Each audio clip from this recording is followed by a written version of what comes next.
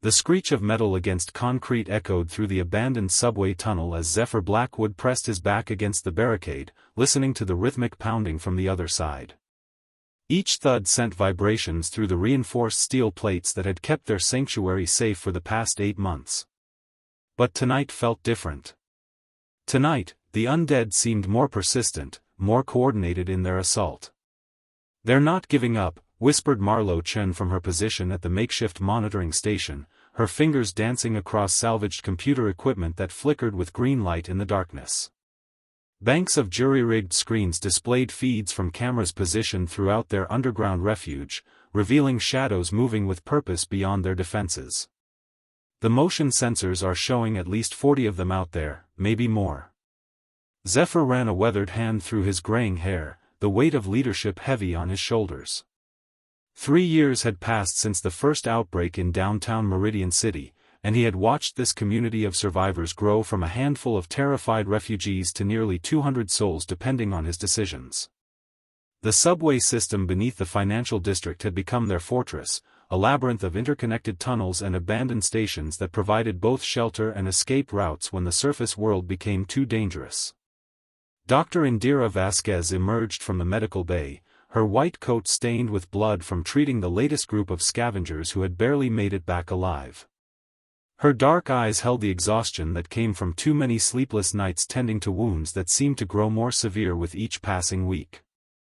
"Cassius is stable," she reported, referring to the burly former construction worker who had become their best fighter.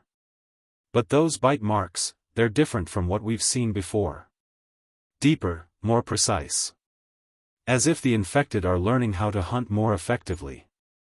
The observation sent a chill through the command center, a converted subway car that served as their nerve center.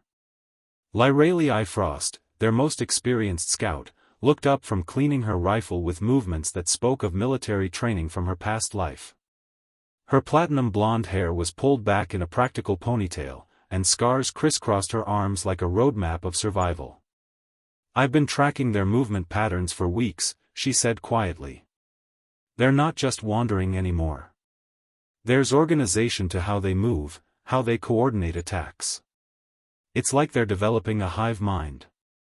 Thaddeus Grimm, the elderly professor who had become their unofficial historian and strategist, adjusted his wire-rimmed glasses and looked up from the journal where he meticulously recorded their observations. His voice carried the weight of academic authority even in their desperate circumstances. "In my research before the collapse, there were theoretical papers about viral mutations affecting neural pathways. If the infection is continuing to evolve within the host organisms, we could be facing an entirely new type of threat." Young Evangeline Corver, barely 19 but already hardened by loss, spoke from her position monitoring the radio frequencies. "I've been picking up transmissions from other survivor groups. Most have gone silent in the past month, but the few that remain are reporting similar changes. The infected are adapting, becoming more dangerous." Her voice trembled slightly as she added, "A settlement in the northern districts fell 3 days ago. Over 500 people." The weight of that revelation settled over the group like a suffocating blanket.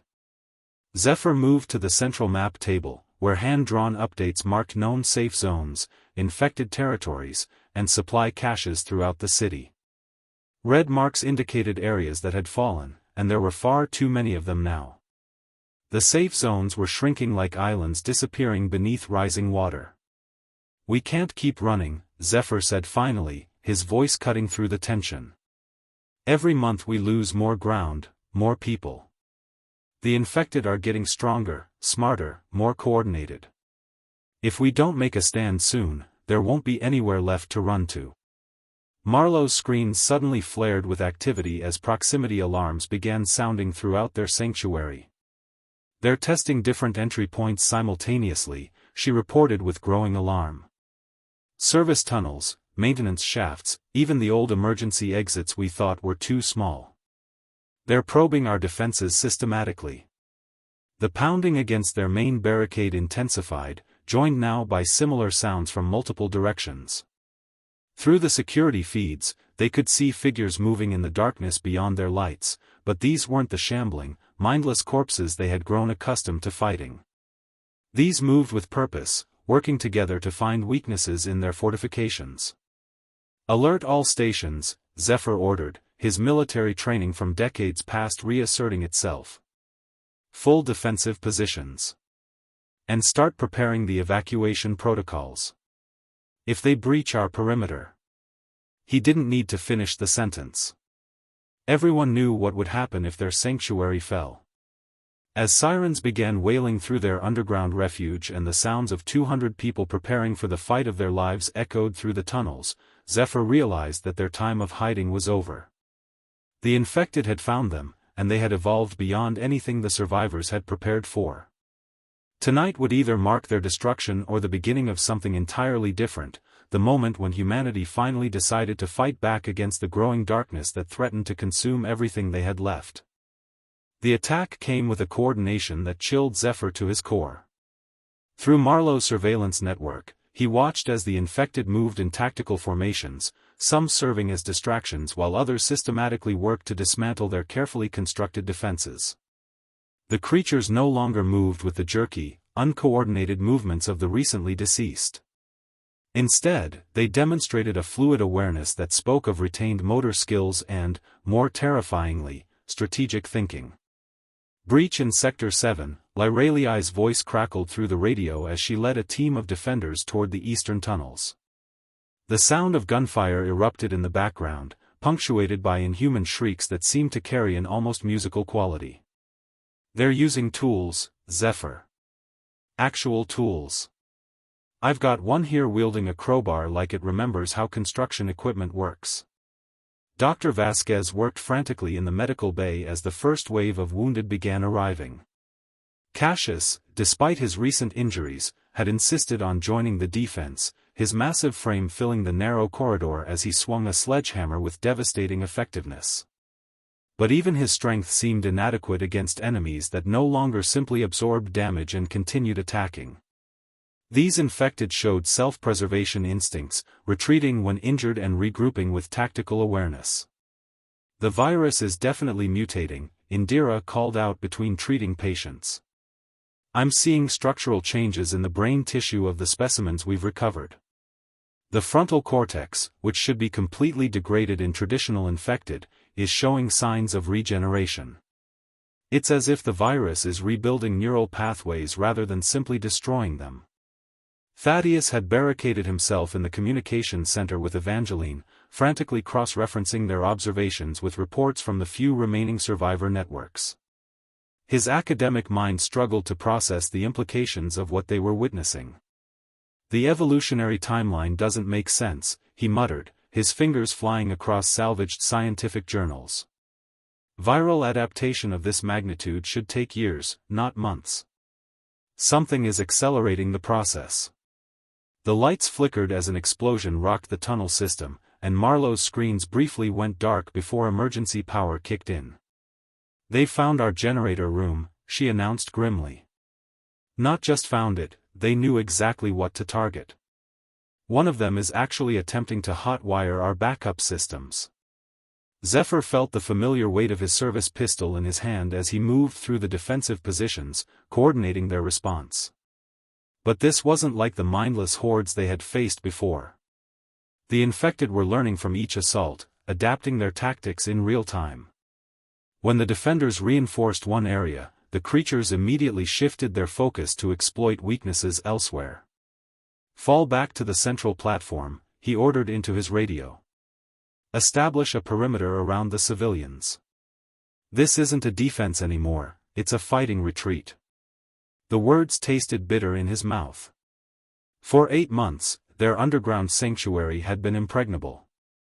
They had weathered storms of infected that numbered in the hundreds, always managing to hold their lines through superior positioning and careful resource management.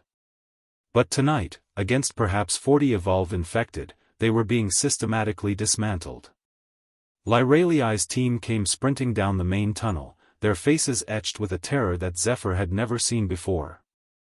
Behind them, shapes moved in the darkness with an almost predatory patience.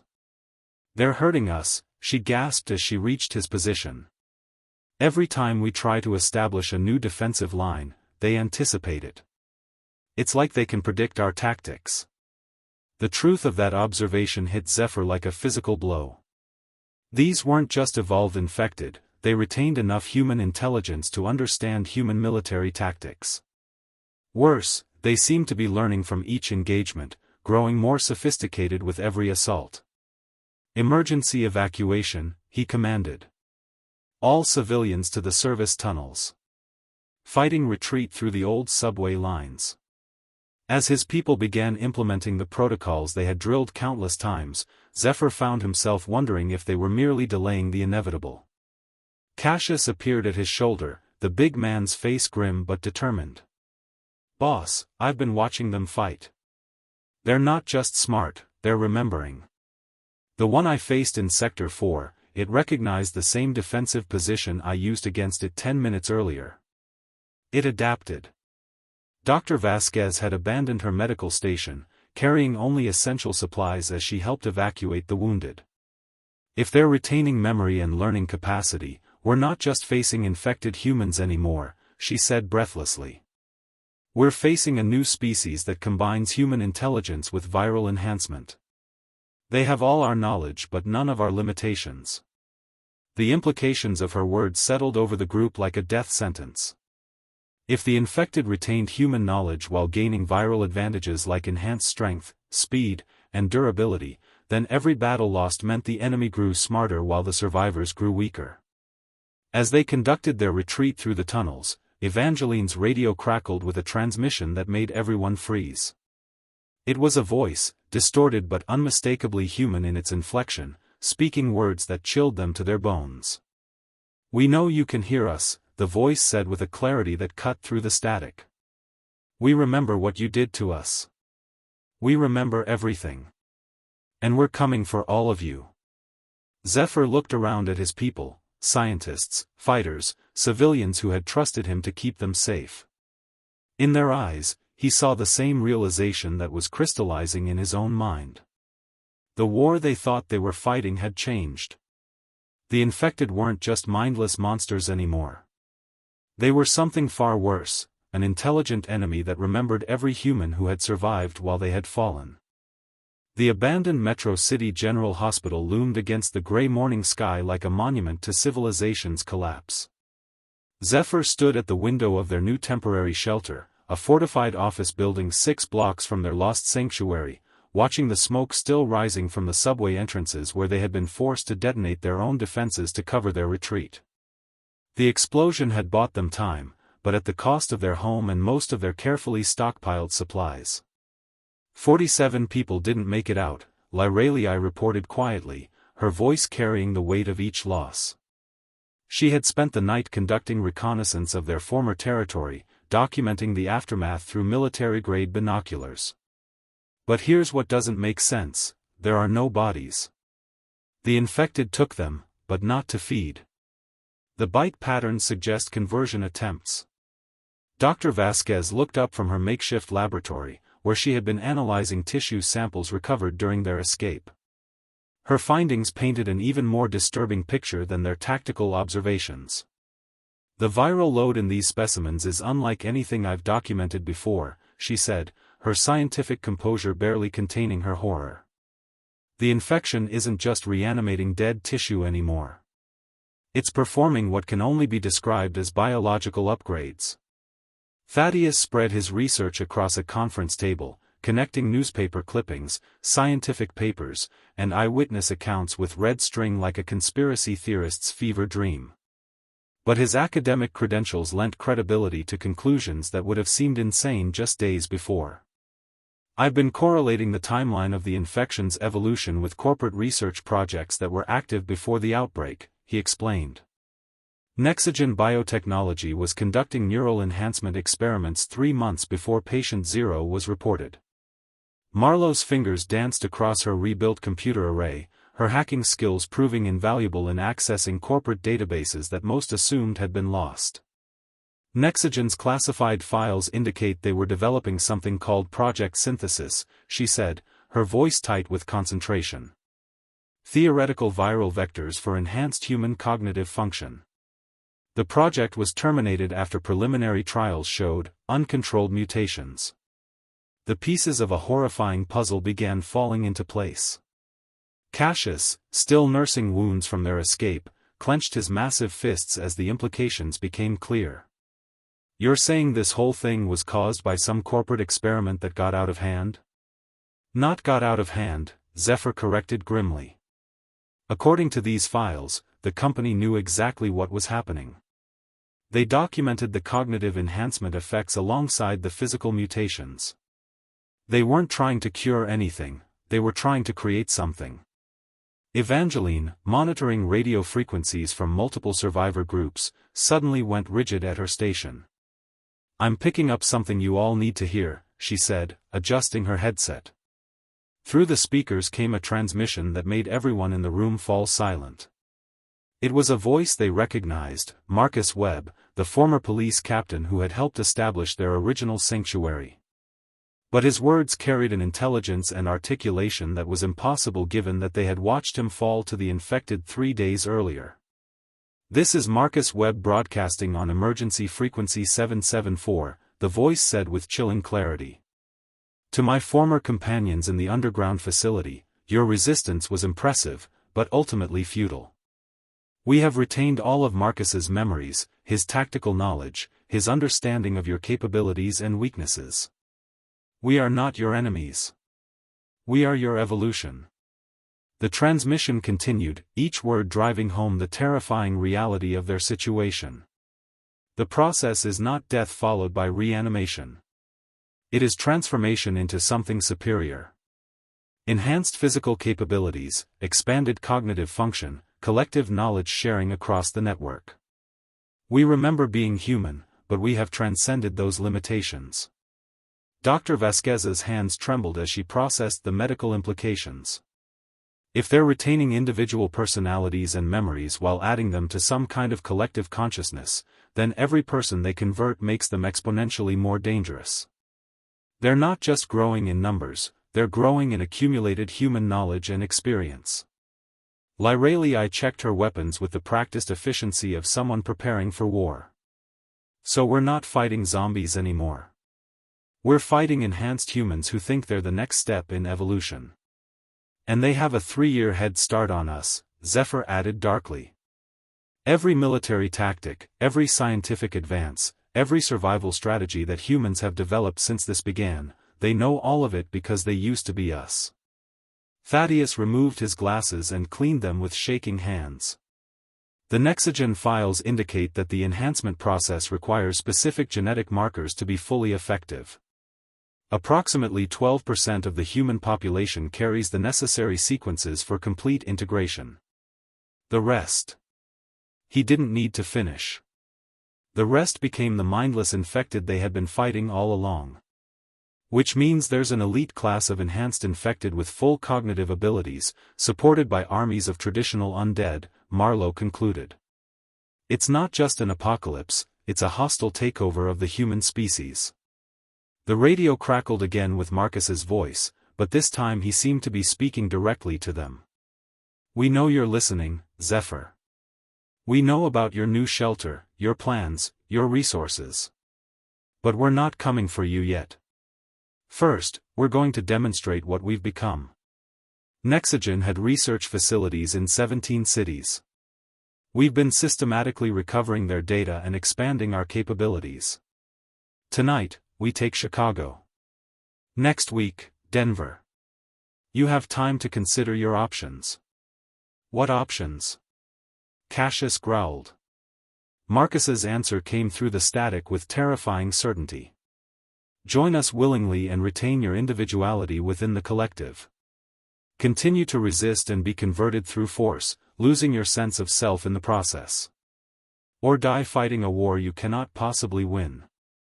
As the transmission ended, Zephyr looked around at his people, the last free-thinking humans in a war they were only beginning to understand. The infected hadn't just evolved. They had become something that challenged the very definition of what it meant to be human. And they were offering a choice that was no choice at all: surrender their humanity or watch it be taken by force. The War Council convened at dawn in the building's former boardroom, morning light filtering through barricaded windows as Zephyr studied the faces of the people who had become more than survivors, they had become the architects of humanity's last stand. The night had been spent in frantic preparation, but also in a sobering analysis of what they truly faced. "I've established contact with 14 other survivor groups across the continent," Evangeline reported, her young face marked by exhaustion but burning with determination. "Most are dealing with the same evolution in their local infected populations. But there's something else. 3 groups report finding Nexogen research facilities that were deliberately destroyed. Someone is trying to cover their tracks." Marlowe's screens displayed satellite imagery she had managed to access through military backdoors that somehow remained functional. The pictures showed a devastating pattern across major metropolitan areas.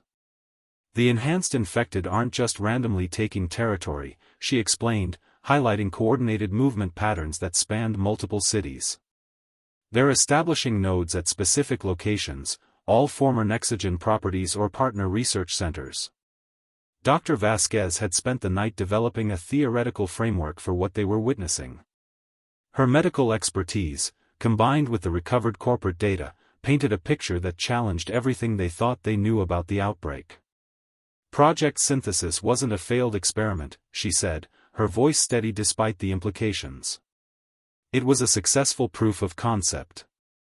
The company was developing directed human evolution, creating a species with enhanced physical capabilities and shared consciousness while maintaining individual personality matrices." Thaddeus had been cross-referencing corporate communications with government documents salvaged from various official buildings.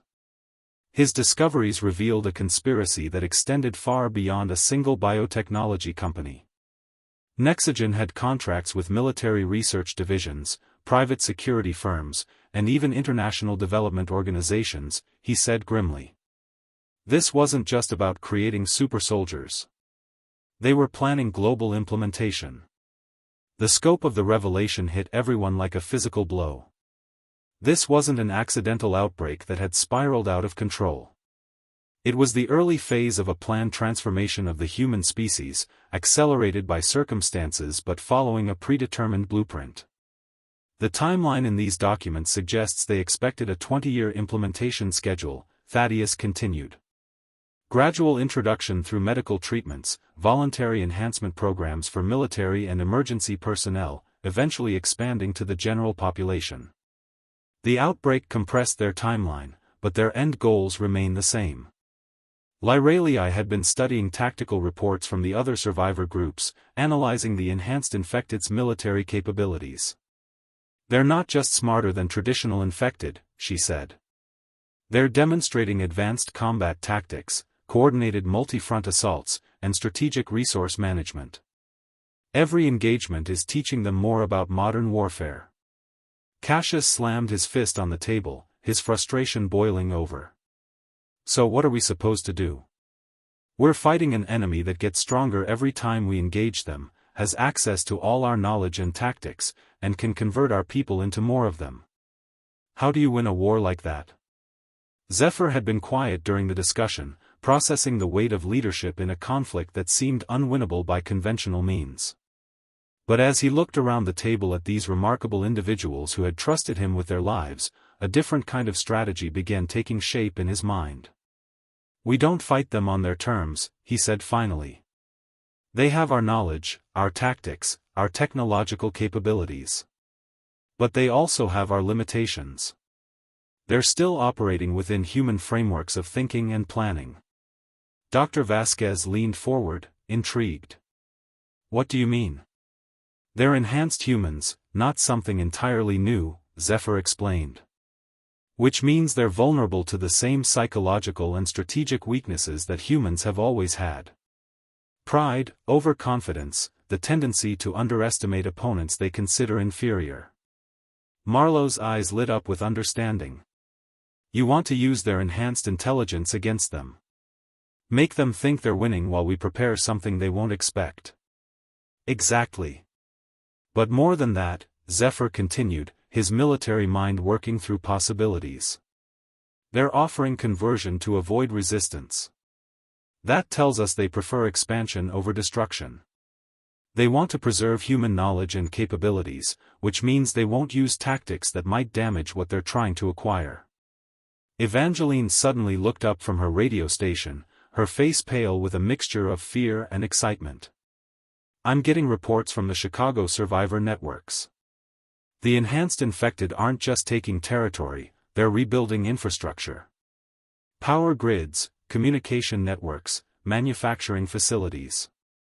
They're not destroying civilization, they're trying to inherit it intact. The implications were staggering. If the enhanced infected were working to preserve and rebuild human technological capabilities, they were creating vulnerabilities that could be exploited. But it also meant they were planning for long-term occupation, not just conquest. They're playing a longer game than we realized, Thaddeus observed. This isn't just about eliminating human resistance. They're establishing the foundation for a new society with them at the top of the hierarchy. Lyralii checked her weapons one more time, but her expression had shifted from desperation to calculated determination. If they're trying to preserve infrastructure, they'll have centralized command centers, communication hubs, and resource management facilities. All of which can be targeted. But we'll only get one chance, Zephyr warned. Once we move against them directly, they'll know we're not going to surrender. After that, they'll stop trying to convert us and focus on elimination. Dr. Vasquez stood up from her chair, her scientific mind already working through the possibilities. If we're going to make a stand, we need to understand their biology better. The conversion process has to have weaknesses, points where it can be interrupted or reversed. And we need to coordinate with every remaining survivor group, Evangeline added. If we're going to strike, it has to be simultaneous across multiple targets. Divide their attention and resources. As the meeting continued, each member of their group began developing the framework for what would either be humanity's salvation or its final, defiant gesture before extinction. They were outnumbered, outgunned, and facing an enemy that possessed all their knowledge while transcending their limitations. But they were still human, with all the unpredictability, creativity, and stubborn refusal to surrender that the species had always possessed. The assault began at precisely 0300 hours across 7 cities simultaneously, coordinated through encrypted communications that Marlowe had painstakingly established with the remaining survivor networks. Zephyr crouched in the ruins of a Nexogen research facility on the outskirts of Meridian City, watching through night vision goggles as Lyralii and her strike team moved through the complex with practiced stealth. Thermal imaging shows 43 enhanced infected inside the main facility, Marlowe whispered into her headset from their mobile command center. But they're not randomly distributed. They're maintaining guard rotations and defensive positions like a human military unit. Dr. Vasquez worked frantically at a portable laboratory setup, analyzing tissue samples and data they had recovered from previous encounters. Her findings had led to this desperate gambit, the discovery that the enhancement process required ongoing viral maintenance through specialized equipment housed in the original research facilities. If we can disrupt their viral synchronization network, the enhanced infected should revert to basic undead behavior, she explained through the comm system. At least temporarily. Thaddeus monitored radio communications from the other simultaneous strikes, his academic mind tracking the complex choreography of their coordinated assault. Denver team reports successful penetration of their target facility, he announced quietly. Chicago is encountering heavier resistance, but they're maintaining their schedule. The plan was audacious in its simplicity. Rather than trying to outfight an enemy with superior capabilities, they were targeting the technological infrastructure that maintained the enhanced infected's cognitive abilities. If they could simultaneously disable the viral synchronization networks in multiple cities, they might create enough chaos to give the surviving human populations a chance to re-establish defensible positions. Cassius led the heavy assault team through the facility's lower levels, his massive frame allowing him to carry equipment that smaller team members couldn't manage. But even his considerable strength was being tested by the resistance they encountered. "These aren't just guards," he reported grimly. "They're coordinating their defense like they knew we were coming." The observation sent a chill through the command team. If the enhanced infected had anticipated their assault, the entire operation could be walking into a trap. But they had committed too many resources and too many lives to abort now. Movement in the central laboratory, Lyralii reported as her team reached the facility's core. Through her helmet camera, the command center could see banks of sophisticated equipment that pulsed with an eerie blue light. Dozens of enhanced infected stood motionless around the machinery, their eyes glowing with the same ethereal radiance. It's like they're connected to the system directly. Dr. Vasquez studied the transmitted images with growing horror and fascination. The viral enhancement isn't just cognitive, she realized. They're literally networked together through that equipment. Each facility isn't just maintaining their abilities, it's linking them into a collective consciousness. The implications were staggering. If the enhanced infected were truly sharing consciousness across multiple locations, then they weren't just fighting individual groups of enemies, they were fighting facets of a single, distributed intelligence that spanned the continent. All teams, accelerate your timelines, Zephyr ordered into his radio. We need to hit these systems simultaneously before they can coordinate a response. Evangeline's voice crackled through the comm system from the mobile command center, carrying urgency that made everyone's blood run cold. I'm picking up massive movement from infected populations in all target cities. They're converging on the research facilities. It's like the entire network knows we're here. Through the facility's security system, which Marlowe had managed to access, they could see streams of both enhanced and basic infected flowing toward their positions from throughout the metropolitan area. The enemy wasn't just defending individual facilities, they were treating the entire network as a single organism under attack. Charges set on the primary viral synchronization array, Lyralii reported as explosions began echoing through the complex. But the enhanced infected aren't retreating. They're throwing themselves at our position like they're protecting something more important than their individual survival. Cassius's team had reached the facility's power core, but found it defended by enhanced infected who fought with a desperation that transcended normal self-preservation instincts. They're not just trying to stop us, he realized. They're buying time for something. Some kind of backup protocol. Dr. Vasquez monitored the biological readings from their portable sensors, watching as the viral signatures throughout the facility began fluctuating wildly. The network is adapting to our interference, she announced with growing alarm.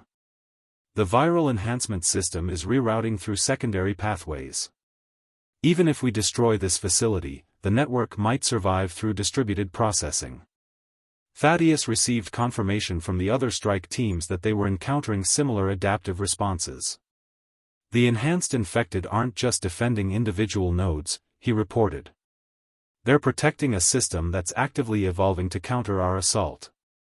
Detonation in 30 seconds, Lyralii announced as her team prepared to evacuate. But as they moved toward their extraction point, they encountered something that stopped everyone cold. Standing in the facility's main corridor was Marcus Webb, the converted police captain, but he looked different now. The viral enhancement had progressed, giving him an almost luminescent quality that spoke of continued evolution even after his initial conversion.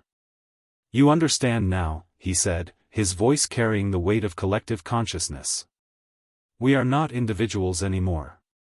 We are components of something larger, something that transcends the limitations you still carry. Your resistance only accelerates our evolution.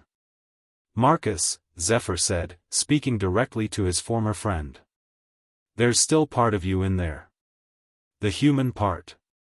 You can fight this. Marcus's enhanced features showed something that might have been sadness. The human part of me agrees with our mission, Zephyr. We are not destroyers. We are the next step. Your species had its chance and chose violence, environmental destruction, and endless conflict. We offer unity, enhanced capability, and freedom from the flaws that have always limited human potential. The explosions triggered throughout the facility as the strike teams evacuated, but Marcus's final words followed them into the night. Tonight you have delayed our progress, not stopped it. And you have shown us that conversion through choice is preferable to conversion through force. When we rebuild these networks, We will remember this lesson. As they retreated to their evacuation points, each member of the assault teams carried the weight of a terrible realization. They hadn't struck a decisive blow against their enemy. They had simply prompted the next phase of its evolution. The aftermath of their coordinated assault revealed a sobering truth that none of the strike teams had anticipated. As dawn broke over the smoking ruins of 7 Nexogen facilities, reports began filtering in from survivor groups across the continent that painted a picture of tactical success shadowed by strategic failure. Denver confirms network disruption lasted approximately 4 hours, Evangeline reported from her radio station, her voice reflecting the exhaustion that had settled over their entire group. The enhanced infected reverted to basic undead behavior during that window, but then, they started rebuilding. Not just the equipment, they were manufacturing new components from salvaged materials. Zephyr stood before a wall map that now showed the devastating scope of their enemy's capabilities. Red pins marked known enhanced infected positions, while blue pins indicated survivor settlements. The ratio was becoming impossible to ignore. Humanity was losing ground at an accelerating pace, and their enemy was learning from every engagement. Dr. Vasquez had spent the night analyzing data collected during their assault, her medical expertise revealing details about the enhancement process that were both fascinating and terrifying. The viral network isn't just linking consciousness, she explained to the assembled group. It's enabling rapid skill acquisition and technological adaptation. When one enhanced infected learns something new, that knowledge propagates through the entire network within hours. Marlowe's computer arrays displayed intercepted communications that showed the true scope of what they were facing. I've been monitoring their rebuild operations, she said, her hacker's mindset struggling to comprehend the sophistication of their enemy's response. They're not just replacing what we destroyed. They're upgrading. The new viral synchronization networks are distributed across multiple smaller nodes, making them much harder to target effectively. Thaddeus removed his glasses and rubbed his tired eyes, the academic in him forced to acknowledge conclusions that challenged his fundamental understanding of human evolution. We've given them exactly what they needed, he said quietly. Our assault demonstrated human tactical capabilities while providing them with direct observation of our weapons, strategies, and coordination methods. They've gained more from this engagement than we have. The truth of that observation settled over the group like a death sentence. Each member of their strike teams had been carefully selected for their specialized skills and knowledge. But those very capabilities that made them effective also made them valuable targets for an enemy that could absorb and redistribute human expertise through biological integration. Lyralii had been unusually quiet since their return, her military training processing tactical lessons that defied conventional strategic thinking. They let us hit them, she said finally. The defenses we encountered were real, but they weren't designed to stop us. They were designed to study us. Every weapon system we used, every tactical maneuver we employed, they were learning. Cassius slammed his fist against the wall, his frustration boiling over into rage. So what are you saying?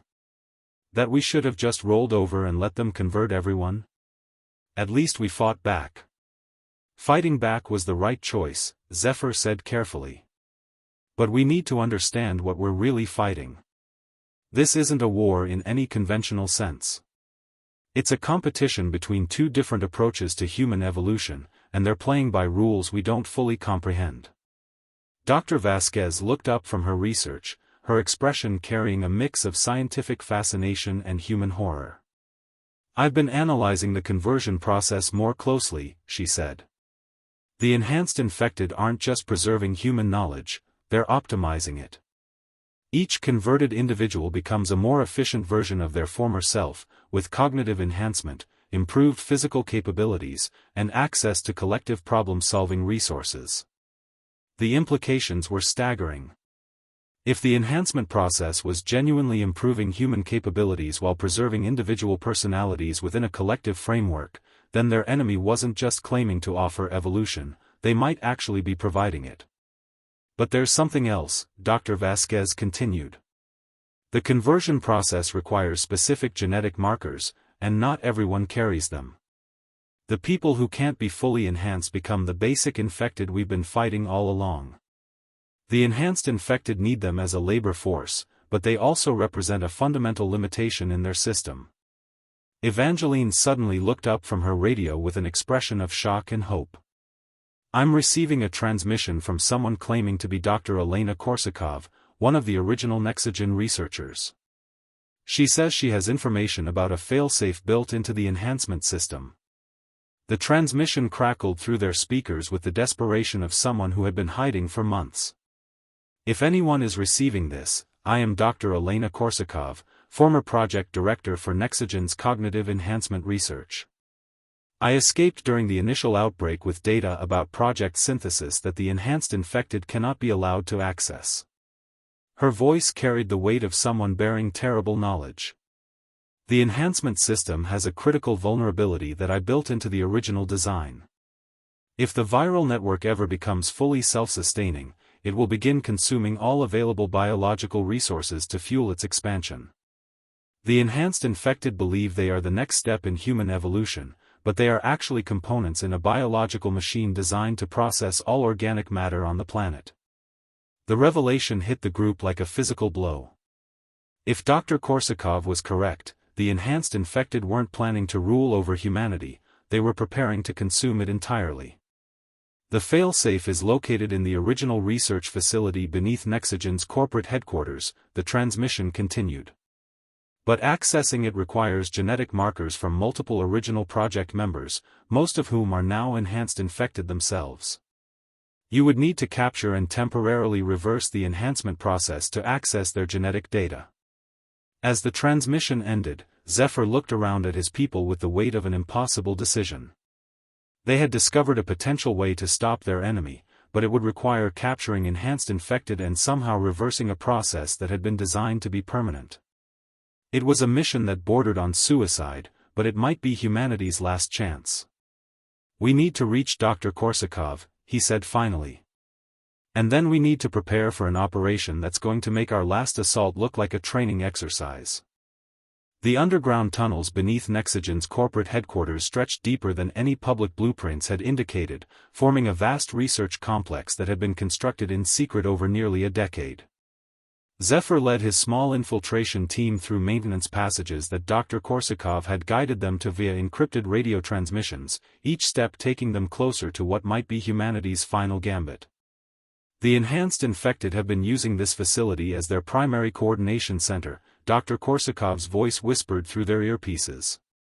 She had managed to remain hidden in the complex's deepest levels for months, surviving on emergency supplies while documenting the true scope of project synthesis.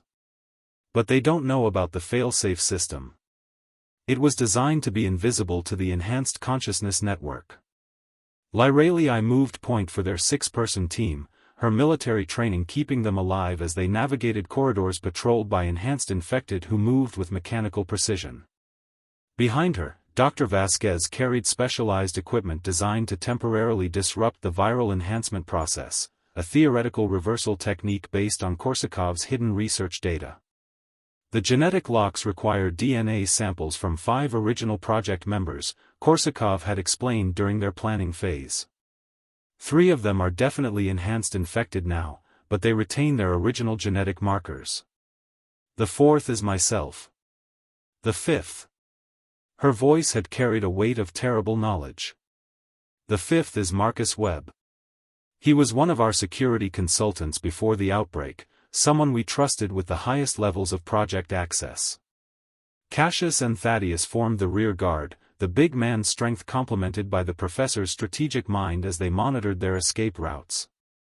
Evangeline remained with their mobile command center, coordinating with the few remaining survivor groups who were creating diversions throughout the city to mask their true objective. Marlowe's technical expertise had been crucial in accessing the facility's security systems, but what she discovered made their mission exponentially more dangerous. The enhanced infected aren't just using this place as a command center, she reported through the comm system. They're manufacturing something down there. Some kind of atmospheric dispersal system. The implications were horrifying. If the enhanced infected were developing airborne conversion vectors, they could transform the entire human population without requiring individual contact. The war would be over in a matter of weeks. Movement ahead, Lyralii signaled as they approached the main laboratory level. Through night vision equipment, they could see dozens of enhanced infected working with scientific precision on massive mechanical systems that pulsed with the same blue light they had seen in the destroyed facilities. Dr. Vasquez studied the scene through her tactical scope, her medical training allowing her to interpret what they were witnessing. They're not just building dispersal systems, she realized with growing horror. They're creating conversion chambers. Industrial-scale processing facilities for transforming human populations.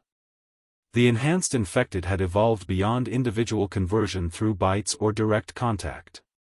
They were preparing for mass processing of the remaining human population, treating the species like raw materials for their collective consciousness.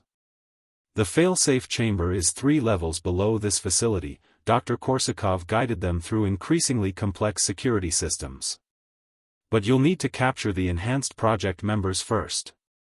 The genetic scanners require living tissue, not just DNA samples. Zephyr felt the weight of leadership as he made decisions that would determine not just their survival, but the fate of human consciousness itself. Lyralii, Cassius, we need Marcus and 2 others alive and unconscious. Dr. Vasquez, prepare the neural disruption equipment. We're going to attempt temporary reversal. The assault began with surgical precision, their small team using every advantage of surprise and superior knowledge of the facility's layout. But the enhanced infected responded with inhuman coordination, their shared consciousness allowing them to anticipate and counter human tactics with devastating effectiveness. They know we're here, Cassius reported as enhanced infected began converging on their position from throughout the complex. But they're not trying to kill us. They're trying to capture us for conversion. Dr. Vasquez's experimental neural disruption device activated with a high-pitched whine, temporarily severing the enhanced infected's connection to their collective network. For precious minutes, their enhanced capabilities reverted to baseline human levels, allowing the strike team to capture Marcus and 2 other enhanced project members. Neural patterns are destabilizing, Dr. Vasquez reported as she monitored their captives. The reversal is working, but it's temporary. We have maybe 20 minutes before the enhancement process reasserts itself. Racing through the facility's deepest levels, they reached the fail-safe chamber as alarms began sounding throughout the complex. Dr. Korsakov emerged from her hiding place, her appearance showing months of isolation and desperation, but her scientific mind remained sharp. The genetic scanners need samples from all 5 project members simultaneously, she explained as they positioned the unconscious enhanced infected around the chamber's central console. But there's something you need to understand about what this will do. Zephyr looked at her with growing concern. What are you talking about? The failsafe doesn't just shut down the enhancement network, Dr. Korsakov said quietly. It releases a countervirus that will revert all enhanced infected to their pre-conversion state. But the process will also kill them. Every enhanced infected on the planet will die as their neural enhancements collapse. The ethical implications hit the team like a physical blow. They weren't just choosing between human and enhanced infected survival, they were contemplating genocide against beings who retained human consciousness and memory, even if those capabilities were networked and enhanced. How many? Zephyr asked. Based on conversion rates over the past 3 years, approximately 40 million enhanced infected worldwide, Dr. Korsakov replied. All of whom were human before their enhancement. All of whom retain their fundamental personalities and memories. As the genetic scanners activated and the failsafe system began its startup sequence, Zephyr realized they had perhaps minutes to make a decision that would define the future of consciousness on Earth. They could preserve humanity as it had always existed, but only by destroying millions of enhanced humans who had become something beyond their original limitations. The weight of that choice would haunt whoever survived to see its consequences. The failsafe chamber hummed with energy as the 5 genetic samples registered successfully, but Dr. Korsakov's hand hovered over the final activation sequence with a trembling that spoke of moral uncertainty that had been 3 years in the making. Around them, the sounds of approaching enhanced infected grew louder, their collective consciousness having finally located the hidden chamber that represented an existential threat to their continued existence. 60 seconds until they breach our position, Lyralii reported from her defensive position at the chamber's entrance. But even as she spoke, something unexpected began happening. The enhanced infected stopped their assault, their coordinated advance dissolving into what appeared to be internal debate among their networked consciousness. Through the chamber's communication system, Marcus Webb's voice emerged, not the mechanically precise tone of enhanced infected coordination, but something closer to the man they had once known. "Zephyr, we know what you're about to do. We know about the countervirus, about the choice you're facing. And we want to tell you something that Dr. Korsakov doesn't know." Dr. Vasquez monitored the neural patterns of their captured enhanced infected subjects, watching as their brain activity showed fluctuations that suggested individual consciousness asserting itself within the collective network. "Something's changing in their enhancement patterns," she observed. "It's like they're temporarily breaking free from unified control." "The enhancement process was never meant to be permanent," Marcus continued, his voice carrying a clarity that suggested voluntary communication rather than network transmission. "Korsakov built in safeguards that we've only recently discovered. Every enhanced individual retains the ability to choose reversion, but the collective consciousness has been suppressing that knowledge." Dr. Korsakov stared at the communication system in shock. "That's impossible. The neural integration was designed to be irreversible." "You underestimated human willpower," Marcus replied. "Even enhanced and networked, individual consciousness finds ways to assert itself. We've been fighting for control of our own minds, and some of us have been winning. But we needed you to threaten the entire network before the collective would allow us to speak freely." Thaddeus, his academic mind processing the implications, leaned toward the communication system. "Are you saying that some enhanced infected want to revert?" "We're saying that many of us never stopped being human," came the reply. "The collective consciousness is powerful, but it's not absolute. We've retained our individual moral frameworks, our capacity for independent thought, even our ability to disagree with the network's objectives." "The airborne conversion system you discovered? We've been sabotaging it from within. The revelation changed everything. If the enhanced infected retained individual agency and moral capacity, then the conflict wasn't between two species competing for evolutionary dominance, it was a civil war within a hybrid humanity where some individuals had chosen technological enhancement while others maintained biological baseline. But there's something else you need to know," Marcus continued. "The countervirus won't just kill the enhanced infected. It will prevent any future enhancement of human capabilities. Forever. You're not just choosing to preserve baseline humanity, you're choosing to lock the species into its current limitations permanently." Dr. Vasquez looked up from her monitoring equipment with an expression of scientific wonder mixed with human terror. "The enhancement technology isn't inherently evil," she realized. "It's a tool that could genuinely improve human capabilities, but only if individual choice and moral agency are preserved within the collective framework." "Which brings us to our proposal," Marcus said. "Don't activate the failsafe. Instead, help us reform the collective consciousness to preserve individual autonomy while maintaining enhanced capabilities. We can build a hybrid society where both baseline and enhanced humans coexist, where enhancement is a choice rather than a compulsion." Cassius, ever practical, cut through the philosophical implications with soldier's logic. "And if you're lying? If this is just another way to get us to surrender? Then you activate the failsafe anyway," Marcus replied simply. "Dr. Korsakov's finger is still on the button. You lose nothing by giving us a chance to prove our sincerity." Zephyr felt the weight of a decision that would shape the future of human consciousness for generations. Around him, his team, his family, looked to him for leadership in a moment that transcended military command and entered the realm of species-defining choice. "What are you proposing specifically?" he asked. A trial period, Marcus answered. 6 months where enhanced and baseline humans work together to develop new governance structures for hybrid society. Enhanced individuals who choose reversion get Dr. Korsakov's treatment. Baseline humans who want enhancement get the choice with full informed consent and preserved individual agency. Dr. Korsakov's voice was barely a whisper as she spoke. The countervirus can be modified to target only the compulsive aspects of the collective consciousness while preserving the beneficial enhancements. It would be complex, but theoretically possible. Evangeline's voice crackled through their communication system from the mobile command center. I'm receiving transmissions from enhanced infected groups worldwide.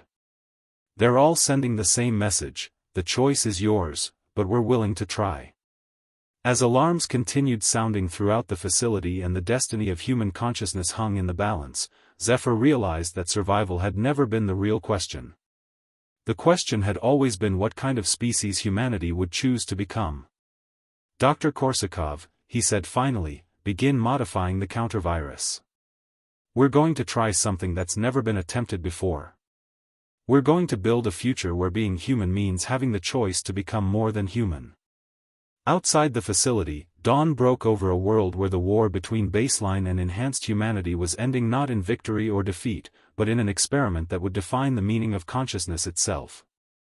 It was a beginning disguised as an ending, carrying both the promise of transcendence and the shadow of uncertainty that had always defined the human condition. The choice had been made. Now they would all live with its consequences, together.